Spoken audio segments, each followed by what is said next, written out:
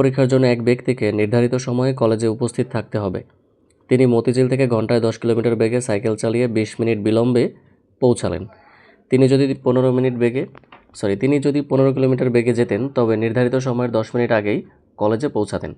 মতিঝিল থেকে তার কলেজের দূরত্ব কত? এক্ষেত্রে আমাদের প্রথমে ধরে নিতে হবে যে ধরি মতিঝিল থেকে কলেজের দূরত্ব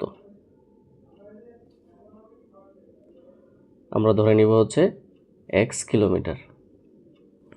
মতিঝিল থেকে কলেজের দূরত্ব ধরে নিলাম x কিলোমিটার। এখন যদি সে 10 কিলোমিটার বেগে চলে তাহলে ওই x কিলোমিটার যেতে তার কত সময় লাগবে? তাহলে আমরা একটু লিখি 10 কিলোমিটার পার আওয়ার, 10 কিলোমিটার ঘন্টা বেগে চললে সময় লাগবে, বা লিখতে পারেন কলেজে পৌঁছাতে সময় লাগবে কত? x/10 ঘন্টা। আবার যদি 15 কিলোমিটার বেগে যায়,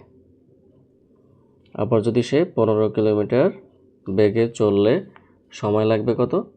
x/15 ঘন্টা। এখন খেয়াল করেন যে দুই ক্ষেত্রে আমাদের সময়ের ব্যবধানটা কত। প্রথমে হচ্ছে সে 20 মিনিট লেটে পৌঁছাবে, আর 15 কিলোমিটার বেগে গেলে সে 10 মিনিট আগে পৌঁছাবে। তাহলে এই দুই ক্ষেত্রে আমাদের সময়ের পার্থক্য, দুই ক্ষেত্রে সময়ের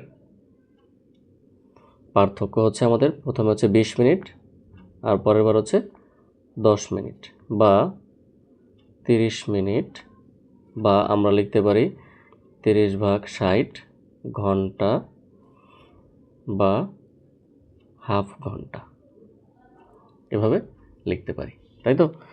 তো এখন যদি আমরা একটু শর্ত মতে লিখি, শর্ত মতে লিখলে কী হবে যে আমাদের এই 10 কিলোমিটার পার আওয়ারে যদি যায় তাহলে তার সময় লাগে হচ্ছে x/10 ঘন্টা, মানে সময় বেশি লাগে। আবার যদি 15 কিলোমিটার বেগে যায় তাহলে সময় কম লাগে। আমাদের টোটাল সময়ের পার্থক্য হচ্ছে হাফ আওয়ার। ওকে, এখানে বা চিহ্ন দিব আমরা। লসাগু করলে হয় 30, তাহলে আমাদের থ্রাইজ এক্স, এখানে হচ্ছে টুয়াইজ এক্স সমান হচ্ছে হাফ, বা আমাদের উপরে থাকে এক্স, নিচে থাকে 30 সমান হচ্ছে হাফ। এখন যদি আমরা আর গুণন করি, টুয়াইজ এক্স সমান 30, বা 30কে যদি আমরা 2 দ্বারা ভাগ করি আমাদের আসবে হচ্ছে 15। সুতরাং মতিঝিল থেকে কলেজের দূরত্ব হচ্ছে 15 কিলোমিটার। এটি হবে আমাদের